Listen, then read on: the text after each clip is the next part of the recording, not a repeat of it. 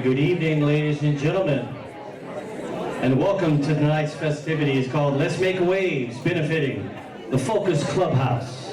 I'd like to thank all of you for coming out this evening and supporting the cause.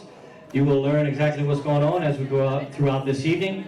It is a great cause, so we do ask that you bring out the wallets, do what you're here for. All right, we're going to start this out. We'd like to thank, before we start, I apologize. I'd like to thank a couple of sponsors, once again, for helping this event the way it is. We'd like to thank Hub City Diner.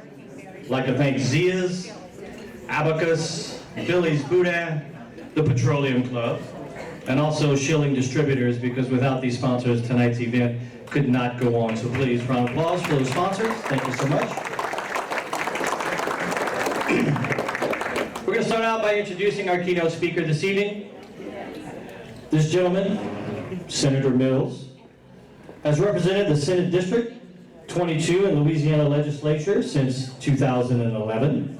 In 2016, he was appointed by President John Alario to serve as the chairman of the Senate Committee on Health and Welfare, overseeing the physical, behavior, and social health care policy and legislative directives governing the citizens of Louisiana. He also serves on the Senate committees governing criminal law and local and municipal affairs. Now, prior to being elected to the Senate, he represented House District 46 in Louisiana House of Representatives from 2007 to 2011. He has been the author of several pieces of monumental legislation regarding behavioral health care, access to physical therapy, medical marijuana, and numerous bills tackling the opioid crisis. Yes. Senator Mills began his lifetime of public service in 2000 when he was elected to the St. Martin Parish Council, serving in that capacity for 8 years. In addition to his public service, Senator Mills has been the president and CEO of Farmers Merchants Bank and Trust for 16 years, and a pharmacist and owner of Cashway Pharmacy in Parks, Louisiana. Yes, he is Todd Pills. How many of you remember those commercials? Remember Todd Pills? Oh, Mr. Mills. I can't see it. I can't do it. All right, previously, he served as the executive director for Louisiana Board of Pharmacy. Senator Mills serves on numerous public and private boards and commissions, including the Acadian Ambulance Board, and was the founder and is current president and CEO of the St. Martin Economic Development Authority, also known as SMEDA. He has received countless prestigious awards for his outstanding commitment, not only to the people of his Senate district, but throughout the entire state. Senator Mills is a graduate of Breaux Bridge High School and the University of Louisiana at Monroe College of Pharmacy. Please, big round of applause for Senator Fred H. Mills, Jr.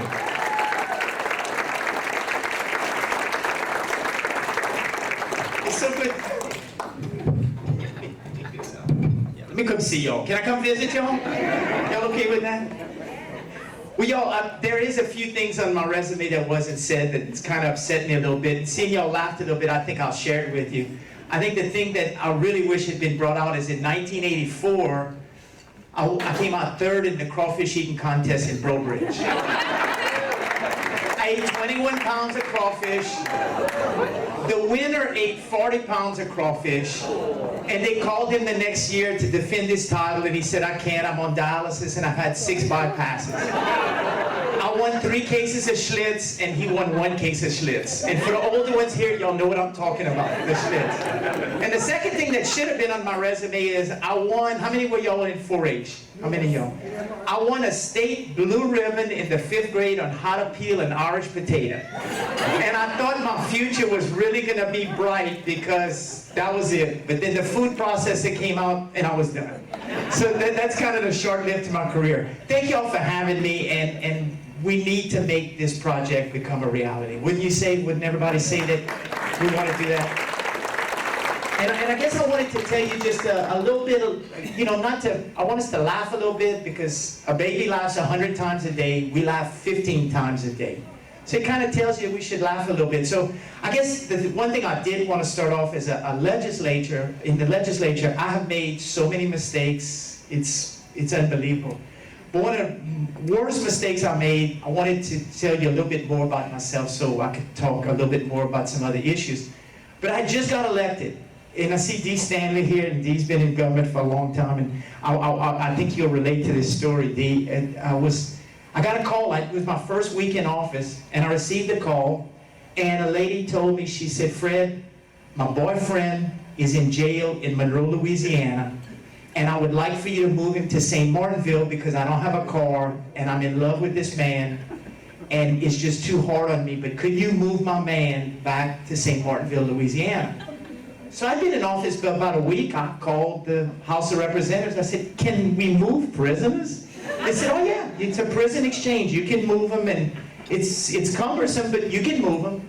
So I got on the phone. I called the Secretary of Corrections, and he said, where would you like to move the prison? I said, well, I'd like to move the prison from Monroe, Louisiana to St. Martinville. I've checked with the sheriff, and he said, what's the reason? I said, love. Love is the reason. He said, well, okay, if that's the reason, let's make it happen, you know? So we did it. We moved the prisoner, and the prisoner calls me like about 4 weeks later, and I think I'm going to get a lot of thanks because the lady kept telling me how much she loved her man and how much she needed to move and see her man. So I received a call from the prisoner, y'all listening? And the prisoner calls me up and he says, T. Fred, that's my nickname, he said, why you move me? And I realized I had made a mistake. I said, what do you mean, why I moved you? I said, little Susie, oh no, he said, I broke up with that woman and I got a girlfriend in Monroe, and I asked to move me from St. Martinville to Monroe so I could be with my girlfriend. He said, T. Fred, you got to move me back. Now, why do I tell you this story? I tell you this story just to realize that there's two sides to a story, and we need to check with both sides before we make a decision. So I just really, really wanted to tell you that story. Now, on a serious note, I think something that has sat with me for a long time when I heard about Focus Clubhouse was in its development stages, and I see Representative Pierre's over here who does a lot of work on mental illness and care for patients, and I want to thank you, and we need to give him a big round of thanks for being here and for his support. But I don't know if you remember this, but we were both at a forum on behavioral health, mental illness, addictive disorders, and opioid issues. And I will never forget, we were talking to different folks about what was their challenges. And a lady stood up from Lafayette Parish Government, not Lafayette, she was with the Sheriff's Department. And she said, just today I had two people banging on the door of the jail to get in so that they wouldn't commit a crime because they needed mental health care. And that stuck with me, and I just have never forgotten that story and that lady saying that we're delivering services in an incarceration setting. And I see so many of us here that are friends of mine that we've worked with different organizations that we can relate to that. So on another note, just to pivot a little bit, I really feel, and Clarice and I have talked about it, is there's some opportunities right here in this region, and it's the Acadiana Human Service District. Yes. How many of y'all familiar with the Acadiana Human Service District? Well, in 2008, we passed legislation, and that legislation was basically to take dollars, state dollars, and bring it home. And to bring those dollars back home, that it could be spent by a board, by management, and I think this would be a good opportunity for your services to have that partnership. And I know Representative Pierre and I will be happy to work with y'all as we talk to Brad Farmer and that group there. The other issue that the legislature has been looking at for years and years and years, and I think everybody's in agreement, but funding is a big issue, and that's deinstitutionalization. And that's basically getting people care for the services that's absolutely down home and here. And this organization that's going to be profitable and going to survive is going to be absolutely a perfect thing for us. And just think of all of the issues that we're dealing with, that this would be so beneficial. I mean, the opioid crisis issue. You know, I mean, that issue is under foster care. We know the foster care program, there's so many issues that foster children suffer with. The other issue too that we just have is just the addictive disorder issues, so many addiction issues. So I want to commend y'all for it, and I said to myself I was going to talk a little serious, and I was going to talk a little funny, and then I was going to maybe talk in the last few minutes. I've never even said this in a public setting. And it's sad and it's funny, but I figured looking at you and getting to know so many of you here, I'm going to tell you this story, but I'm going to end it on a good note. My mom and dad both passed away. And my mom and dad were both suffered traumatic brain injuries, which led to different types of issues.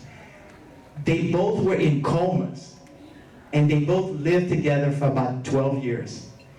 And would be remarkable if this had been around, because I struggled so much of giving him the proper care, but not the integration of services, the integration of people. And what really got to me was my dad had a tremendous sense of humor. And if y'all know my Taunt Pills commercials, I've got a warped sense of humor. But what the good Lord gave them was something that I'll never forget, and I should have written a screenplay, so I wanted to share with y'all, if I could, a couple of stories. And I've never said this publicly, and I see Natalie Broussard, who's on the parish council in Albert Parish. She's heard me speak so many times, she knows the punchline to what I'm going to say next. So this is kind of new. But whatever my mom and dad watched on TV that morning, they became the character the rest of the day. And I'm saying this out of pure respect, y'all, but we have to laugh a little bit, because sometimes the hand we dealt, we have to laugh. Wouldn't y'all agree? Yes. So whatever, I brought them a big screen TV, and whatever they saw that day, they just became. So I'd go to the house at noon, I'd go in the afternoon, and I'd see him and I'd stick it. So one day I came in the house, and my mama was fussing at my daddy. And I said, "What's wrong?" She said, "Look all the fish your daddy caught." So I look at the TV set, and they're watching a fishing show. So I looked at her, I said, "Really? Look all," I said, "I see all the fish, that's unbelievable." My daddy says, "Yeah," he said, "they're really biting in Henderson." He said, "We're using catabla worms, and we are catching so much fish, it's unbelievable." Then my mama started spraying Lysol in the house because it stunk so much. I said, "Y'all, I'm going to see y'all tomorrow." That's enough. But this is the story that's just, I'll never forget this as long as I live. I had been at my mom and dad's house that night. I left at about 8 o'clock. They were doing well, but they were watching a bunch of Western shows. They were watching Gunsmoke and all the old Westerns. So I get a call from the sitters at about 11 o'clock at night, and they said, "Your daddy said he's dying tonight." Well, you still gotta, you gotta go. So I went to the house, and he has a shawl, and he's shaking, and he's shivering, and my mom was crying, and I said, "What's wrong?" He looks at me, and he says, "Partner, this old sheriff can't keep going down this winding trail anymore." He said, "They got me, and they got me good." I looked at him, I said, "You need to go to bed." "Oh, okay, good." Now, I tell you all the stories because it was a battle for me. It really was. It was a day-to-day plight. And when I've heard about, Clarice spent some time with me, and she told me the integration and the companionship and putting everything together. We want you to know, and the board to know, that we want to do anything we can to help you. We really want to do that. Thank you very much. And I guess I'll end with this one note, because I don't want to, there's a lot more to talk about. And I thank y'all for letting me be your speaker. Clarice did interview a lot of people, and when she got to the bottom, she said, "Now, I do need to know what's your honorarium." I said, "Well, I work for free." She said, "You are perfect." She said, you're exactly what we need." How many of y'all had a chance to go? Acadian Ambulance many years ago had old man President Bush there. Did y'all get to hear him speak? I see D. So he said something that I'll never forget. Katrina and Rita had just hit. And he talked at the end of his speech, he said something that was remarkable. He said, he said, "If you look at my resume and my service," he said, "I had so many opportunities in public service. But he said, my greatest moment that I've been gifted by the good Lord is to do the charity work for the people that have been so affected by Rita and Katrina. If y'all remember right, he was raising money with President Clinton, and they had that cooperative situation that was really unique to see. And he said, as my life winds down, I now realize that the greatest thing I can do is service to people that need service the most. And that's what y'all are here for tonight. I want to thank y'all so much. I want to thank y'all for letting me be here. And God bless y'all. And Clarice, you got my number. Call if you need. Thank y'all so much. Thank you.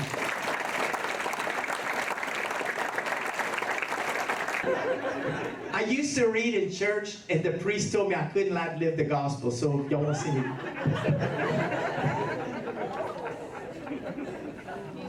Ladies and gentlemen, another big round of applause for Senator Fred Mills Jr. Gets it from his daddy. Ladies and gentlemen, behind every great idea is usually a great person with that great idea. Tonight is no different. You're all here for a great cause. So I'd like to bring up one of the co-founders of tonight's event. Let's put your hands together for Ms. Clarice Gallegos.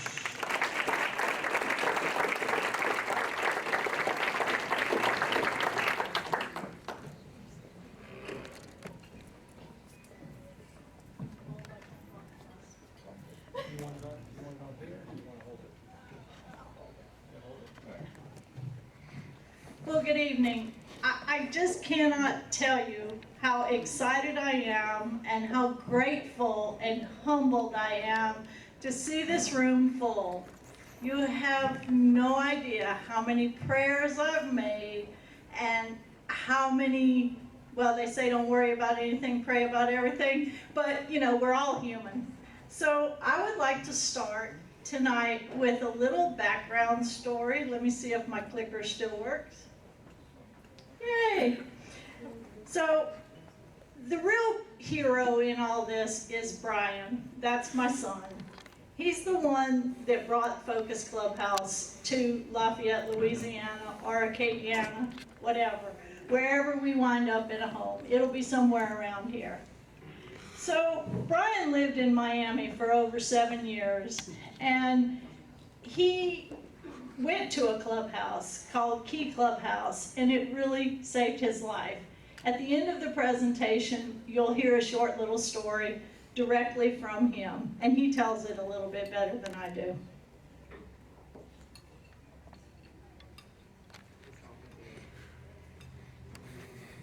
So clubhouses. A clubhouse is a membership organization, and people who join a membership organization have a sense of ownership in that organization. So they're responsible, and even though we serve adults with mental illness, we focus on what they can do instead of what they can't do.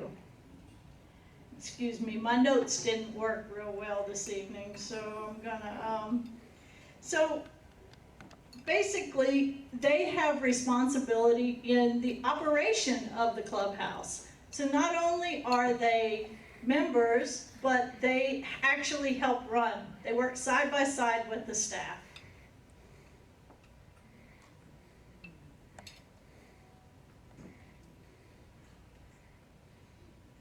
A little history of the clubhouse. The clubhouse actually started in 1948 in New York City. The first clubhouse was opened called Fountain House.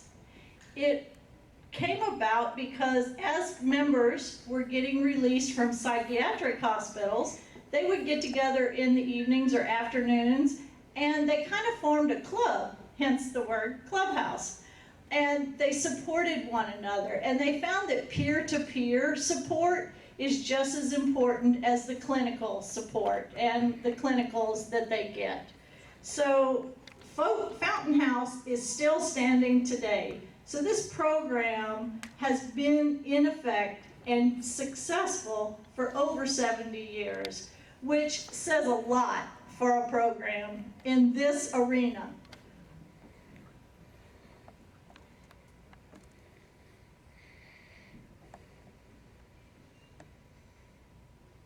The reason reason that it works is we focus more on what the member can do than what they can't do or their illness. So we are an organization that you don't just come to, it's a day program, you don't just come and sit, watch TV and play video games, you can do that at home. But we want to give you skills that you already have by enhancing those skills or teach you new skills. So it's an amazing opportunity. So the characteristics of a clubhouse is members are, it's all voluntary, they're not forced to work. The most severe mental illness can come and sit and do nothing. That's okay. But as they sit and do nothing, each member or each staff member will come up and talk to them and encourage them, and eventually they'll get up and take part and become a part, an active part of the clubhouse because they feel welcome. The values. The values are so important because this is important. I don't want to miss it. Come on. No matter, as I was just saying, no matter what their level of illness is, they are important to the clubhouse, and we want them there, and we need them there, and they need to be there. The staffing, whoops, I'm not coordinated here, sorry about that. The staffing is kept, levels are kept low intentionally. I mean, the staff and the members work side by side. So we don't want more staff than we have members, and we want more members than we have staff, because that gives them the opportunity to learn and to adjust.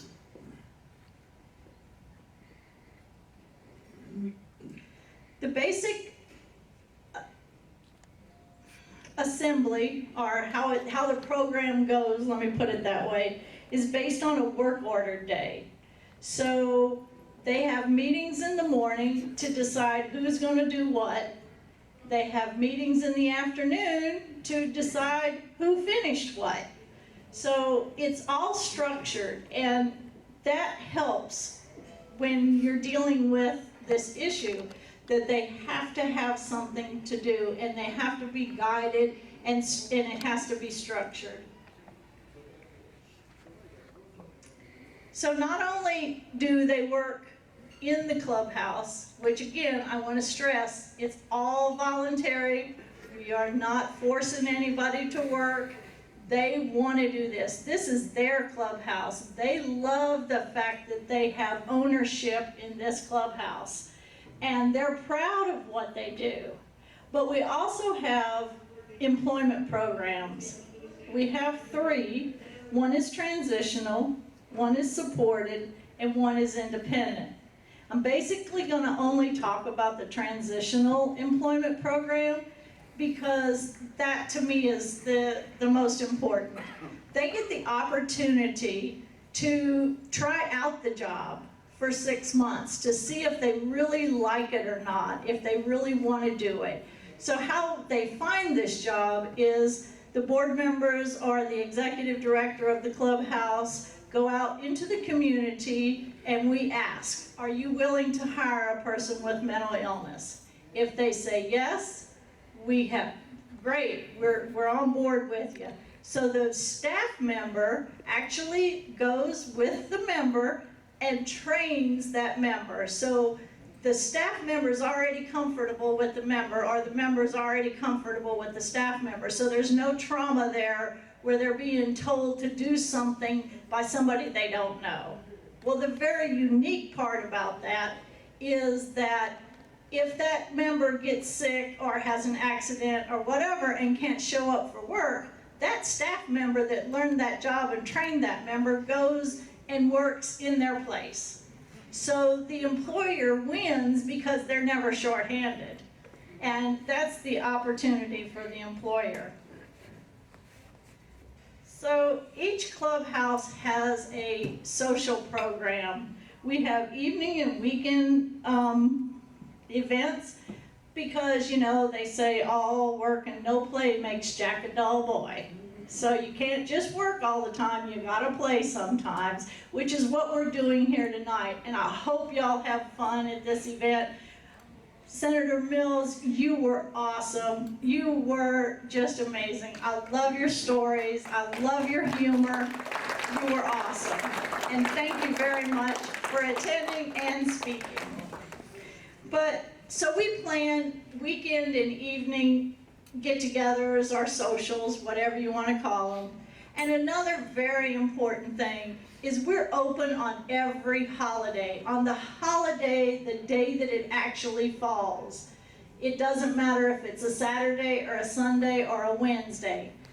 Because unfortunately, having been around mental illness, we all know that there are families that aren't crazy about the idea that the one with mental illness is going to come to Christmas dinner and sit with the rest of the family.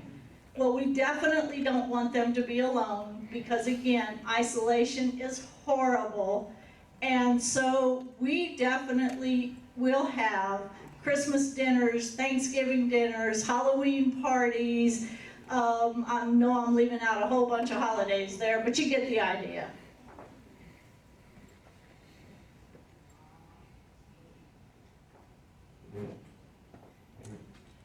So community support. Community support is done by, we make sure that the members keep their doctor's appointments, keep their social workers' appointments, take their meds.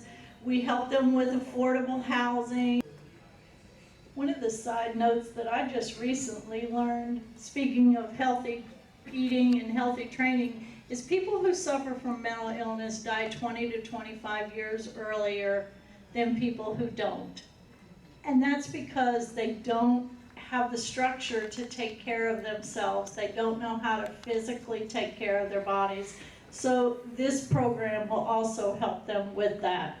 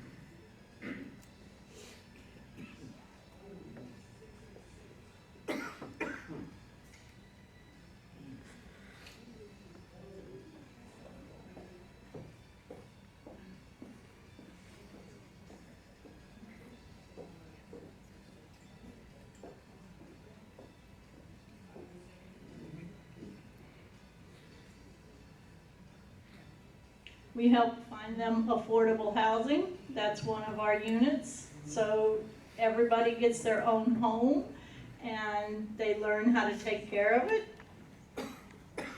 And that's the end of 8 minutes, 8 hours and 8 minutes. So I hope you've gained some knowledge from that video.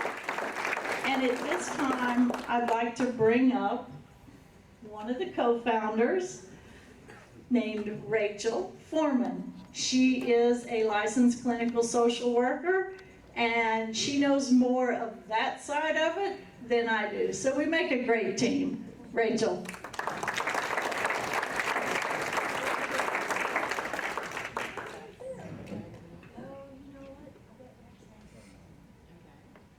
Rex, do you have my presentation?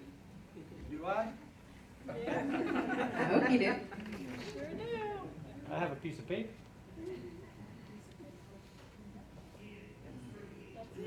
Okay, yeah, this is it. Good, you don't want me to sing.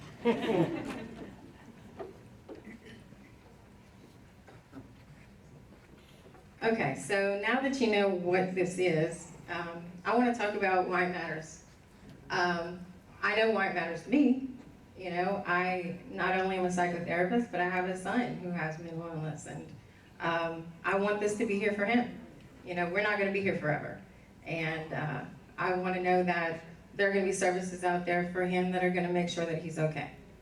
But you know, mental illness affects all aspects of the community, whether you have family members who have mental illness or not. Louisiana is in crisis. The state's mental health system has gradually been broken under the weight of financial cuts, closing of psychiatric hospitals, and also a shortage of practicing psychiatrists. As of 2018, Louisiana ranks 8th in prevalence of mental illness in the nation, but we rank 46th in access to care. One person in Louisiana dies every 13 hours as a result of suicide. It's more common actually than any other public health concern, and has been the #1 reason for hospital admissions nationwide. It also accounts for 26% of all time lost to disability, which is more than any other illness. It accounts for 20% of the global burden of disease, but actually only gets 3% of the funding of the world's healthcare budget. Charity to mental illness does not measure up to what it is for other things, cancer, HIV, muscular dystrophy. And you know, people don't have a lot of money to throw around. And so it's kind of a hard sell when you have to decide where your money's gonna go, because this is not always attractive. Sometimes the symptoms make people annoying, hard to deal with, hard to sympathize with. People often misunderstand the symptoms. They blame the patients for the illnesses. But this diagnosis is just as severe as cancer and MS and MD, and it's debilitating, and it's just that a lot of people suffer in silence. With the mental health budgets continually being gutted, what we end up with is emergency rooms, jails, and nursing homes becoming our new psychiatric hospitals. 44% of the jail inmates and 37% of state and federal prisoners have been diagnosed with mental illness. Now, Medicaid is the single largest payer of mental health services in the US. And in 2016, Louisiana, under Governor Edwards, did expand Medicaid, which was a good thing. And you know, we thought it would make a great difference, but it turns out that it didn't. The reason is that the reimbursement rates for Medicaid are so low what that means is that, let's say a doctor accepts Medicaid, they decide how much to pay that doctor for each client that they see. I'll use myself for an example. I'm a therapist. If I have a private paid client, I'll spend an hour with them and it's $125. Now, if they come in with Blue Cross, they'll pay me about $115. Medicaid will pay me about $50. And so it's a big, big difference. So what ends up happening is that we have a whole lot of people on Medicaid who need services, and hardly anybody takes it. And so, you know, where it looks good on paper to say, yes, everybody has some access to care, they sort of don't. And that's one of the things that makes this Clubhouse model so unique. It doesn't require any type of payment or insurance coverage at all. Any adult with a valid diagnosis and a desire to participate is eligible. Now, not everybody can just walk in off the street. There's a process of application. We need records from your doctor. You know, the person has to be able to care for themselves. They have to not be a danger to our other members. But nobody's ever turned away because they don't have the right insurance. Our model is also unique in that it goes beyond the constraints of what's already out there. We have a lot of limitations due to, like, a lot of times it's our professional code of ethics that tells us how far we can go with clients. Our services are not designed to replace psychiatric care. doctor visits, therapists, any of that, but to fill in the gaps when those services are used. We have identified a lot of the common barriers to successful rehabilitation, and this program is designed to fill those in. So we don't provide treatments or clinical services at all, but we support those services in ways that other models can't. As a doctor, you can write a prescription for a patient, but you're not going to be able to call them and say, hey, did you make it over to CVS and pick up that medicine? Have you been taking it like I prescribed? Do we need to come set up a pill box for you and maybe set reminders on your watch to be sure that you don't forget it? You're not going to be able to do those things, especially not for every client. As a therapist, I see people who have maybe really bad anxiety, and I can help them cope with loneliness or isolation, but I can't invite them to my house. I can't say, hey, let's go bowling this weekend. I can't have them over for Christmas dinner. Our codes of ethics are there for a reason. It's there to protect us, and that's great for us, but our clients need more. They need support. They need something to do every day. They need friends, opportunities, resources, hope, and a purpose. They need a community where they know they belong and they matter, where they're not going to be judged by their disabilities. They're not seen as weird or broken or less than. They can have dignity and pride and self-respect. We provide the connections and the relationships that give people not just a pill or not just a coping skill, but a reason to get out of bed every day. The primary benefit of the Clubhouse to the communities is that it helps members stay out of the hospitals, stay out of jail, and stay off the streets. There was a 2016 study done of Clubhouse members, and what it found was that after 1 year of membership, 77% of the members had no admissions to psychiatric hospitals. 82% had no visits to emergency rooms for crisis stabilization. And 85% had absolutely no interaction with any law enforcement officials. I mean, these are huge statistics. And this is what happens when clients are given real opportunities to achieve goals, to set goals and achieve them, social, financial, and vocational goals. We are real excited about this, and we'd love to open the doors tomorrow, but we're not ready. And that's why we're here. We want to introduce the concept to you, and we need help. And some of the things that we need, we have a work group. We are still looking for people who have energy and ideas. If you have legal skills or financial skills, that's even better. But hey, if you want to just come jump in and help, we'll take it. We need a location. Off of alcohol and everything for 5 years now.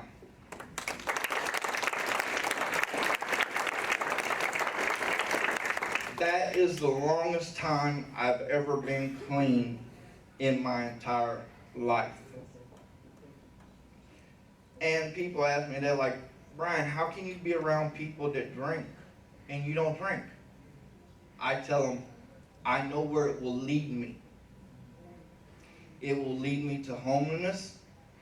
It will lead me to living in a trash can, porta potties, because that's where I stayed at when I was in Myrtle Beach. I would sleep in porta potties.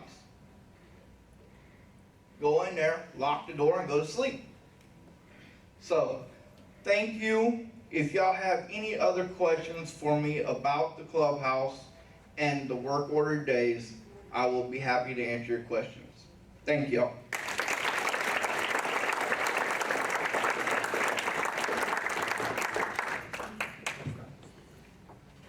That was a great job, Brian. Thanks again. Big round of applause for Brian one more time. Thank you, man. Need your glasses.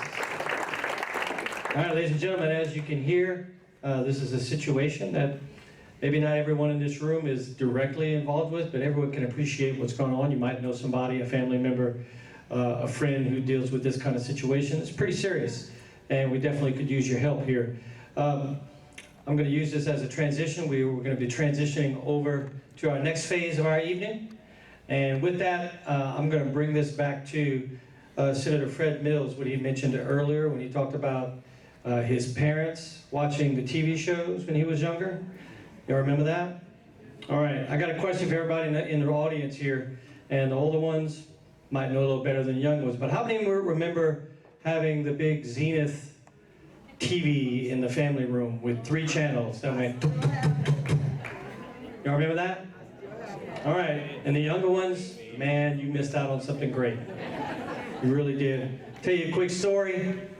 When I was about 10 years old, that's what was happening at my house. I am the last of 7 children. My father was a Catholic. That's why he had 7 children.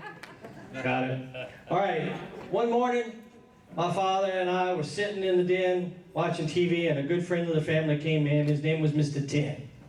Mr. 10, it didn't matter what time of the day it was, he had a Schlitz beer in his hand. Go figure, Fred. Schlitz beer. He came in one day, he was sitting down on the sofa, and we were watching TV, and we used to have a chair right next to the TV because we had a schedule for all 7 children.